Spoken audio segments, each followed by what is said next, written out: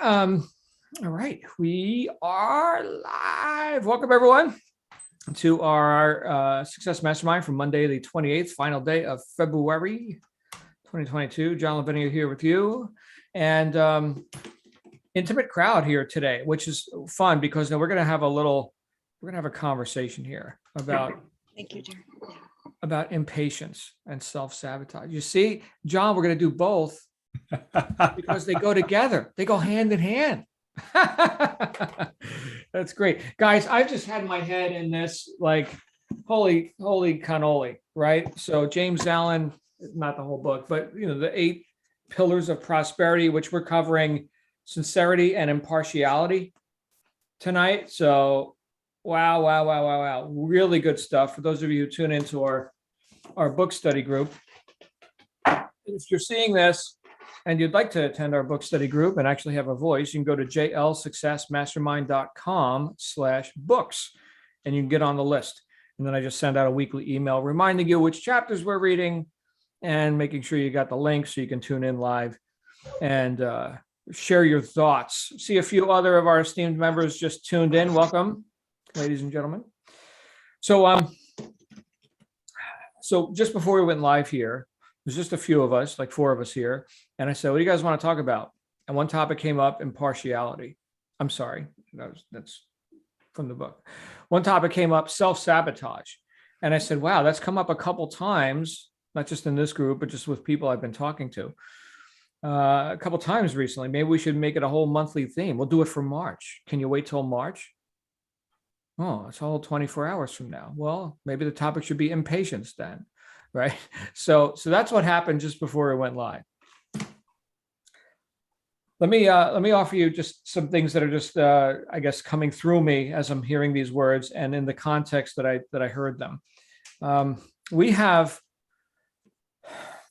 anybody read Psycho-Cybernetics by Dr. Maxwell Maltz? Yes. Okay. Very good. So we have, and we did that in our book study group. You can go back and check out the replays if you like. But we all have a self-image, don't we?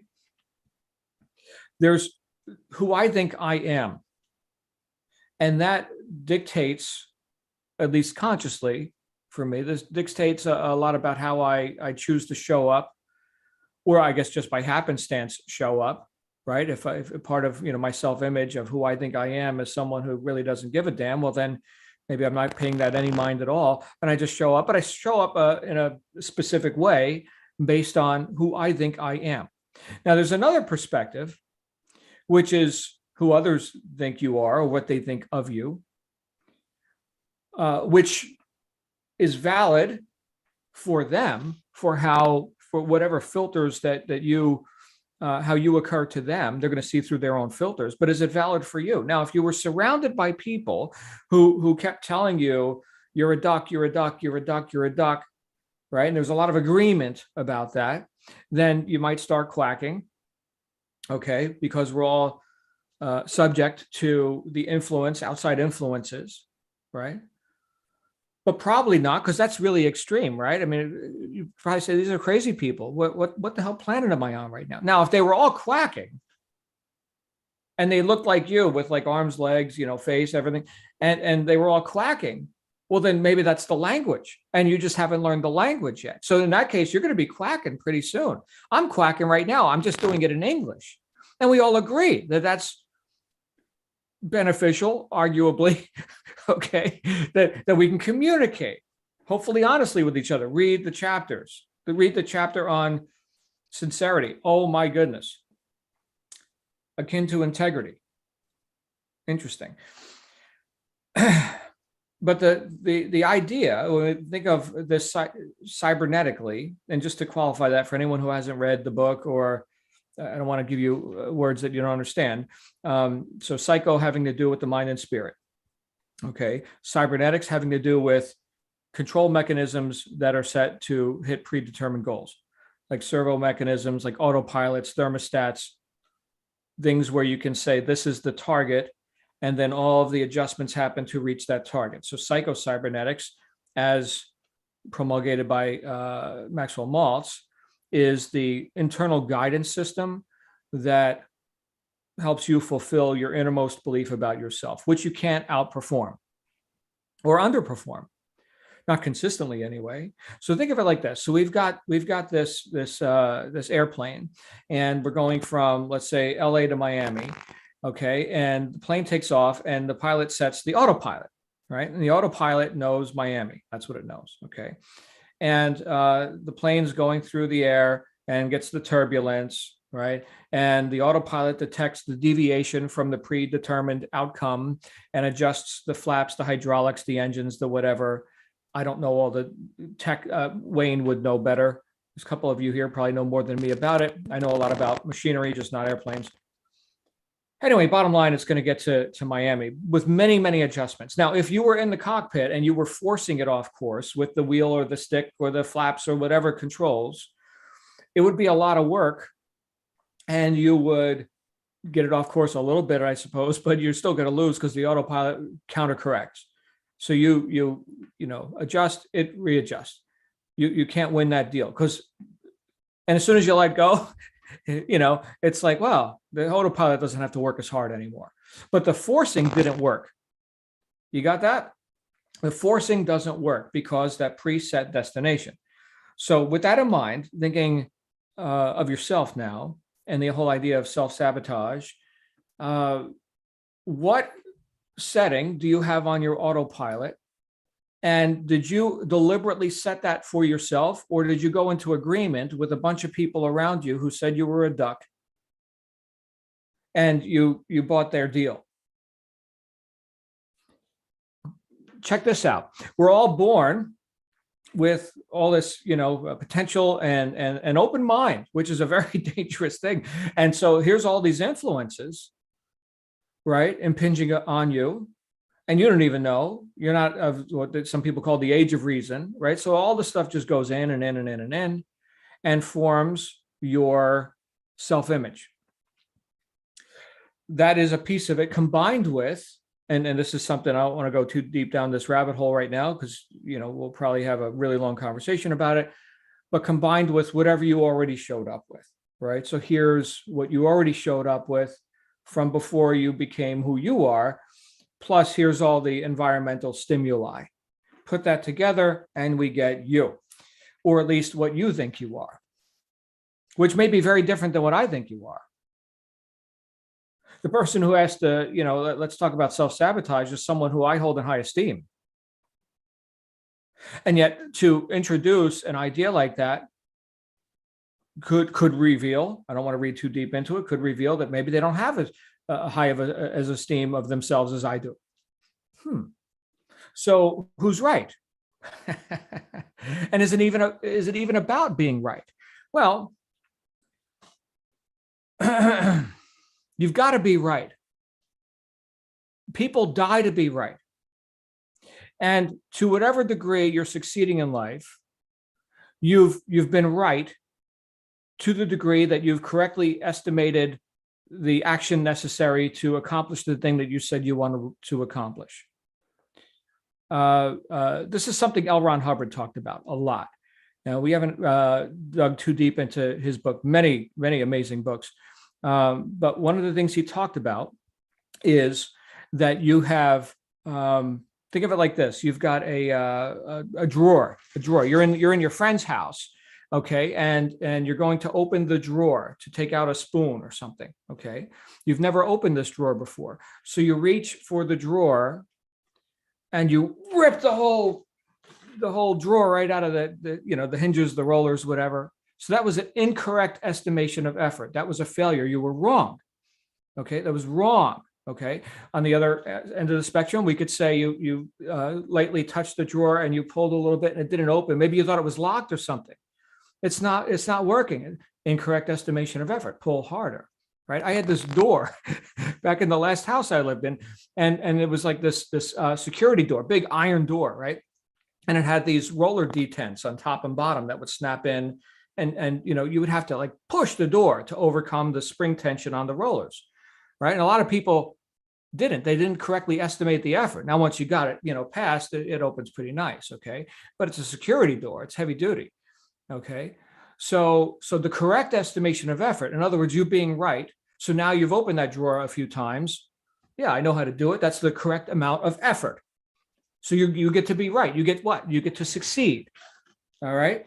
So now coming back to this whole idea of self-sabotage, if we can look for ourselves and say, you know what, I've been incorrect. I've been wrong. I've incorrectly estimated that what it's going to take to reach a goal, for example. All right. So you saw the objective example of the drawer or the door or whatever. Okay.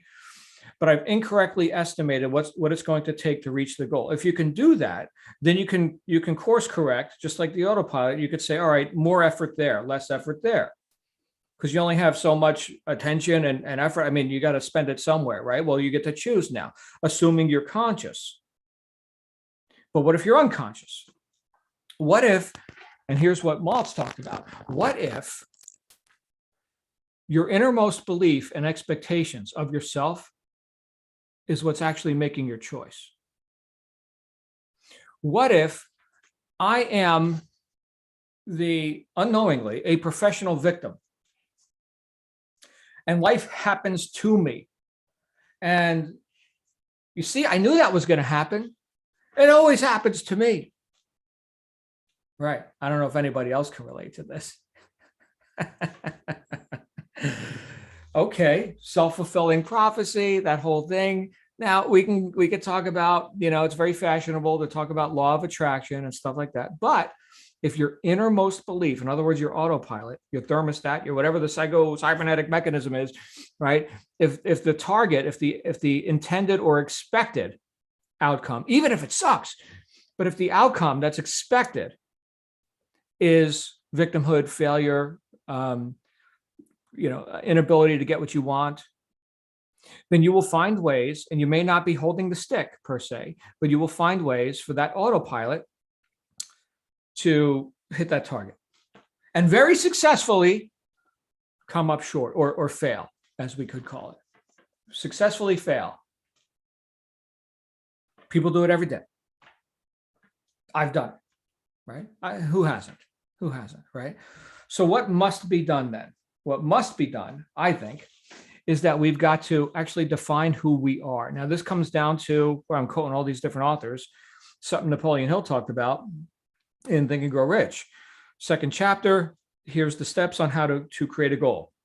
All right. So it's that statement of intent with specificity on what we want, what we're willing to exchange, what we're willing to give in exchange for what we want, the time limit for its acquisition, combined with the emotions of having acquired it as if in present time.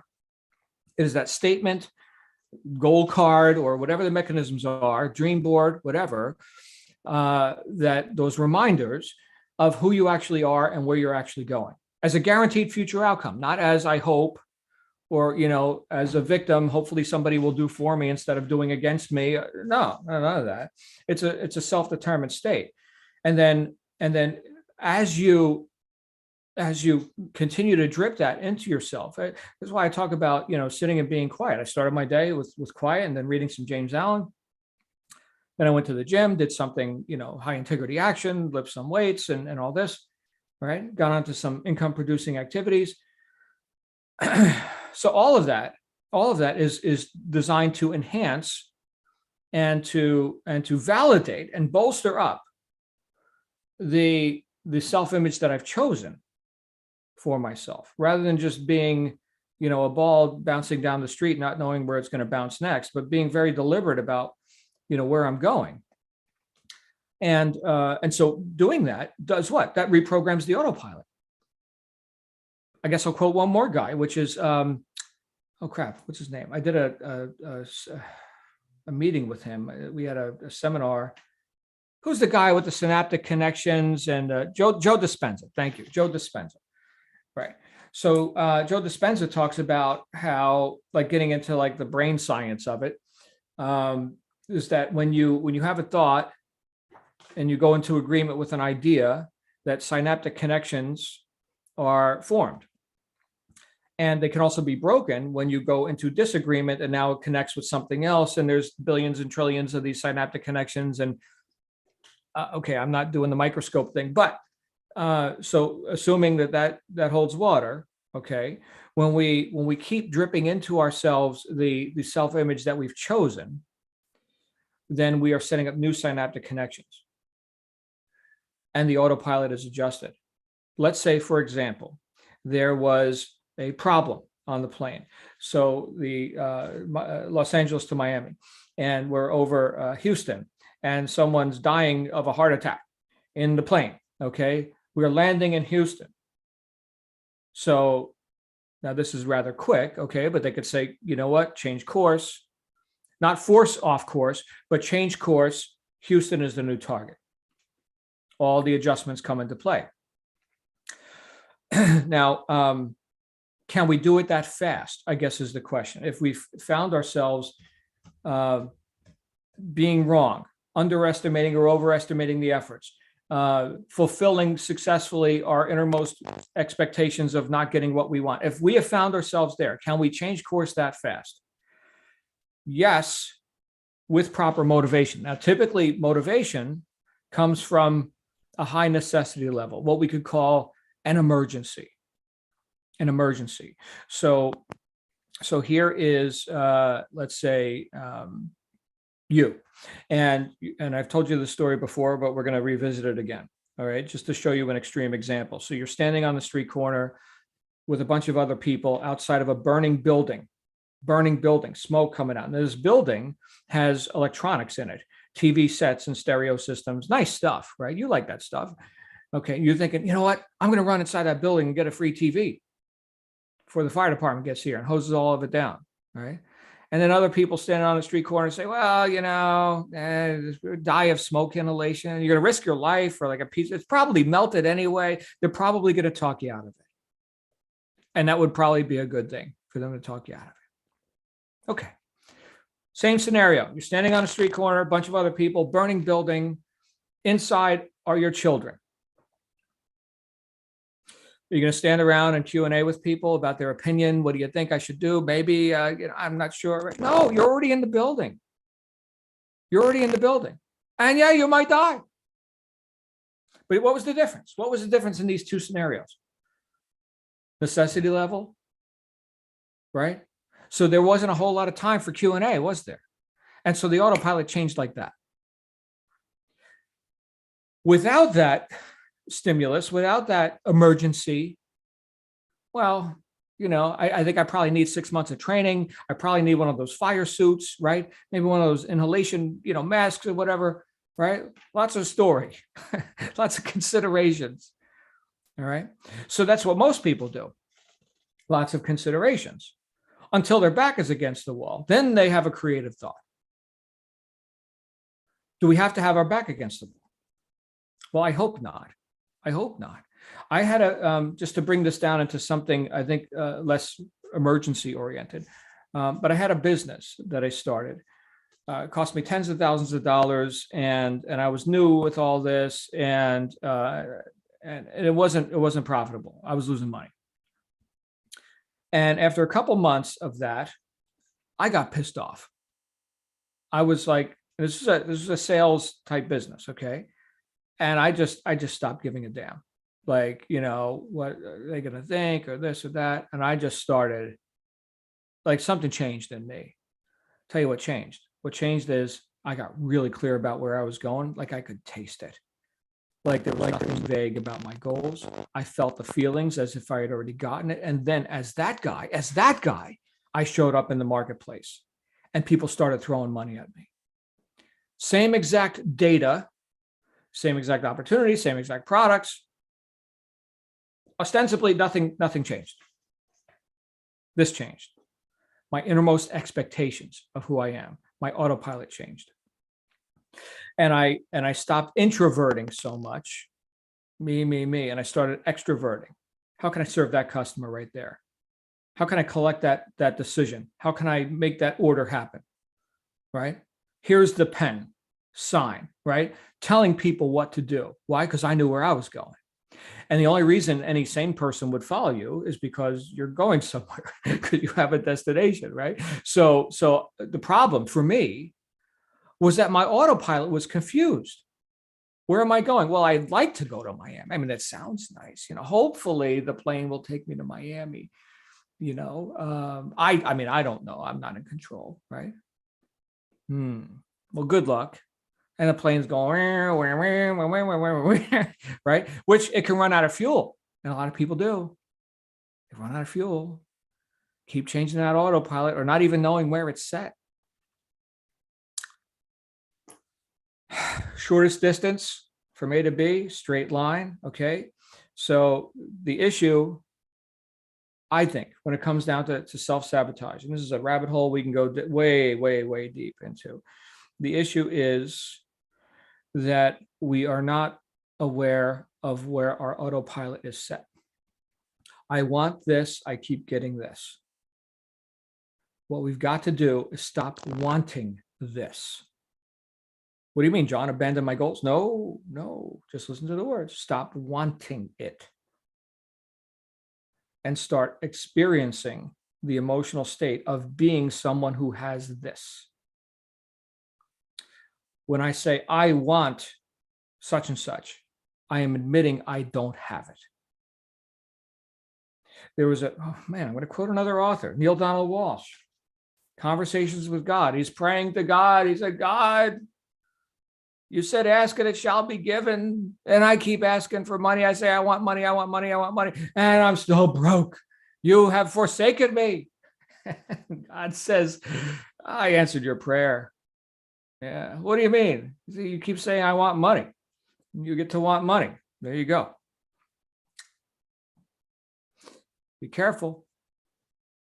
So this is, I guess, an admonition that for all of us, including and especially me, because it starts right here, is to be really careful of what I expect. And when I'm conscious, okay, not just hopeful, but conscious of what it feels like to accomplish a goal, I start bringing it closer to me. And sure enough, all the uncongenial circumstances start to shift. I'm quoting James Allen now, right? From As a Man Thinketh, man cannot choose his circumstances, but can choose his thoughts. Therefore, indirectly yet surely shape his circumstances. Then the next thing you know, I get the call from the guy and he buys everything and he refers his friends, right? With the mindset of the person who I hope this happens for me, or nothing works for me. With that mindset, there's no way I was going to get that call. I don't mean to get mystical or whatever, but there's the perfect accounting system in the universe. There's omniscience, right? Which means all knowingness. And as John, I don't know what all, okay, but there is all knowingness, and stuff happens based on my innermost expectations of who I am and where I'm going. Doesn't mean I don't get to solve problems. It doesn't mean there's not a turd here or there. There's turds. Okay, Missy loves when I talk about turds.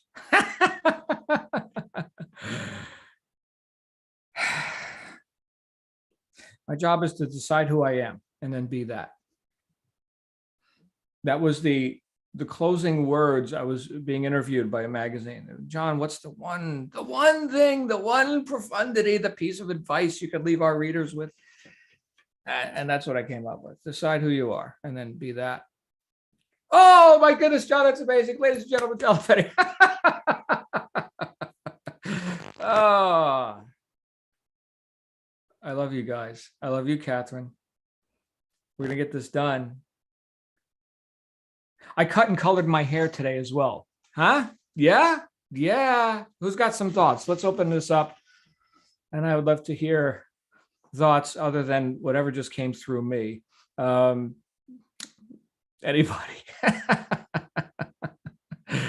Hi, Missy. I mean, decide who you are and be that is, it is at a profundity. It sounds like a saying, yeah, I'll do that. It takes a lot of work. And since I've known you, I was the other thing. I was the plane going like that. I want this and I don't get it. And my sister and I've got to get out of this thing with her, because all we do is talk about, you think you got a bit, listen what happened to me in CVS. But it's fun. It'll be funny because they're funny stories. No, it has to stop. And I've been having trouble with that. but that is enabling that other person to still exist, not the one who, because by the way, she always gets what she wants.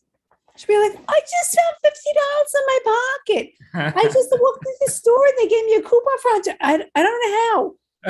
But she does it with none of this stuff that we have. But I am going to decide. I have decided that a long time ago. And I have not necessarily reached that point yet where it's like that. But you put me on fire right now. That's how I feel. I feel on fire because, and I really thank you for that. And maybe I'll cricket myself and put myself into myself. But don't say the G word. It's no Luca calling. They're gonna have to wait. I can't. Okay. Just don't say the GB word. Just don't say it. No, never again. Right. Care of. Hold on. Okay. So that's about a no Luca alarm. Okay, good. That's a great alarm system. Hey, so we have Missy, you and I have a connection here. And I see John and Linda and Ali are going to speak as well. We all have connections here. But I'll tell you what, Missy, you and I, with the whole dramatic Italian thing, we can go on for days like this. So for anyone who hasn't experienced New York, New Jersey, Italian drama, just hang around with Missy and you get to hear all about it. Linda knows it. Yeah. But no, that's all it is. I mean, Dorothea Brand could have just titled that her book and made it one sentence in her book. So could they all have.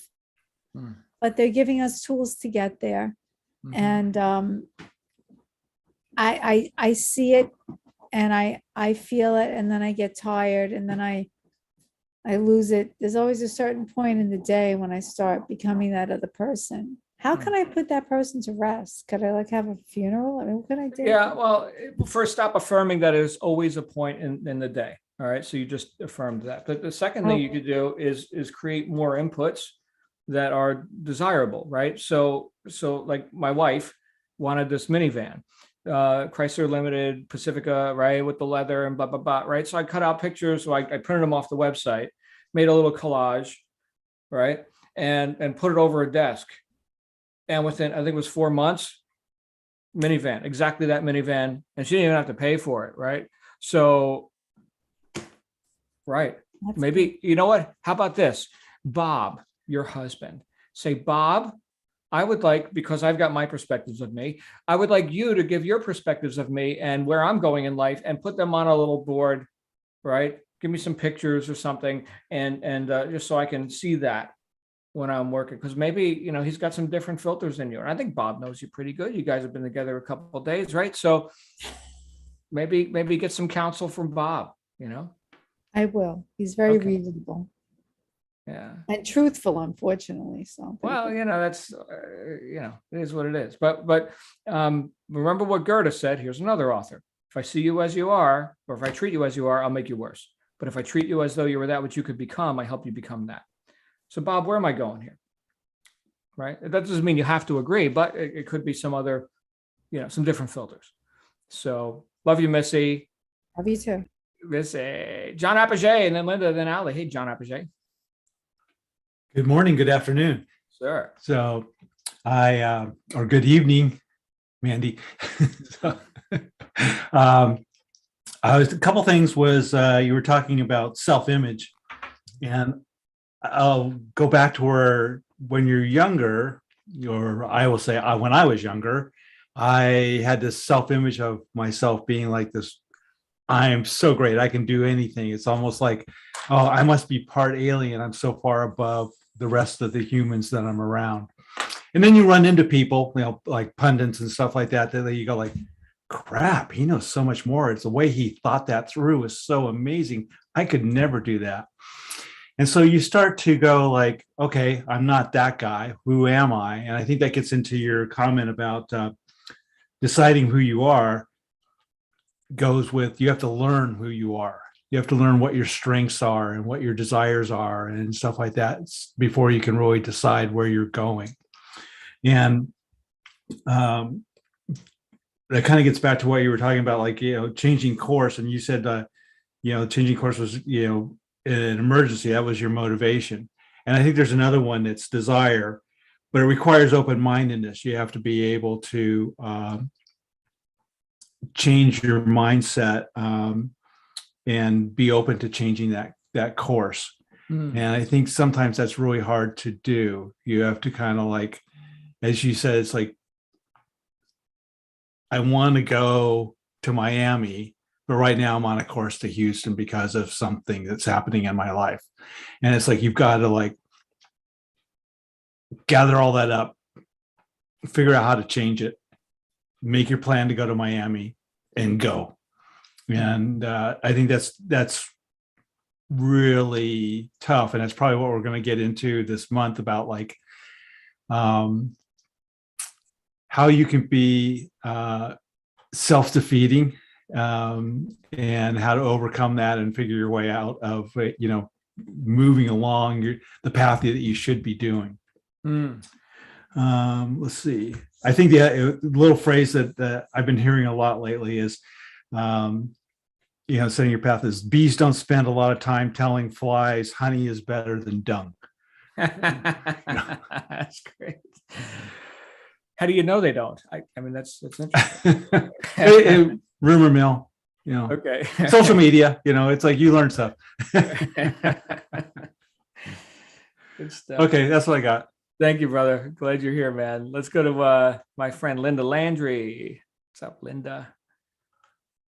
Hey there, everyone. So you're talking about self-sabotage, yeah. Nice new picture, by the way. Oh, she's on camera. Thanks. Yeah, nice. So like you said, you got to decide who you are.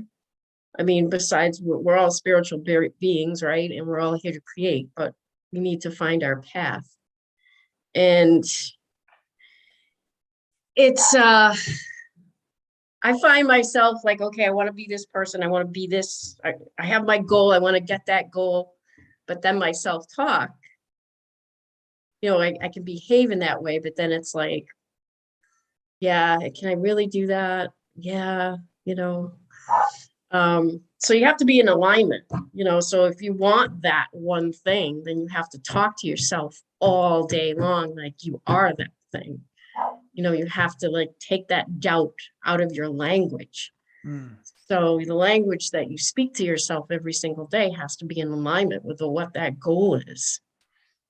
And yeah, I'm starting to learn how to do that, how to, like, not say those negative things, which comes right back to your self-image, right, John? I mean, who are you? And yeah, I mean, I really struggled this past year with my self-image, and I feel like I've come a long way. And now I'm just like, okay, we are all very, very powerful, and we can do this. We can do anything we put our minds to. Right. But we have to stop the negative talk. All constant. So. Sure. Yep. And so whether that's visual inputs or just Linda, I know you read Integrity is Everything. There's an idea in there about an integrity can, like, anytime you speak negatively about yourself, you put $1 in the cup, Right. Right. So, like, a penalty, like, whatever, like, I'll take every advantage I can get. So whatever it takes for me to keep remembering who I am and where I'm going. So, because it's be, do, and have in that order. Right. So you can't have that if you're not being the guy who has that. Right. And you'll choose, whether you know it or not, actions that take you off course. Right. So there's the discipline. I mean, I can be motivated so easily, but to keep that motivation, you have to have discipline.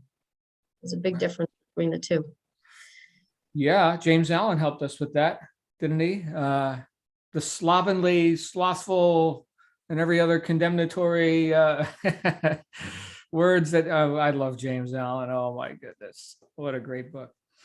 All right. Thank you, Linda. Let's go to Ali over there in the UK. What's going on, Ali? Hi, John. Hi, everyone. Oh, goodness. Yes, so true. So true, Linda, as well, what you were saying. I have been, learning about this self-talk and realizing, when it's been so negative, and done a lot over the last 2 years. So really feel really positive and, moving ahead. But I think it's the vibration thing and the importance of matching that vibration, where I can do it while I'm doing my meditating and I come out and I'm feeling amazing and really raising my vibration.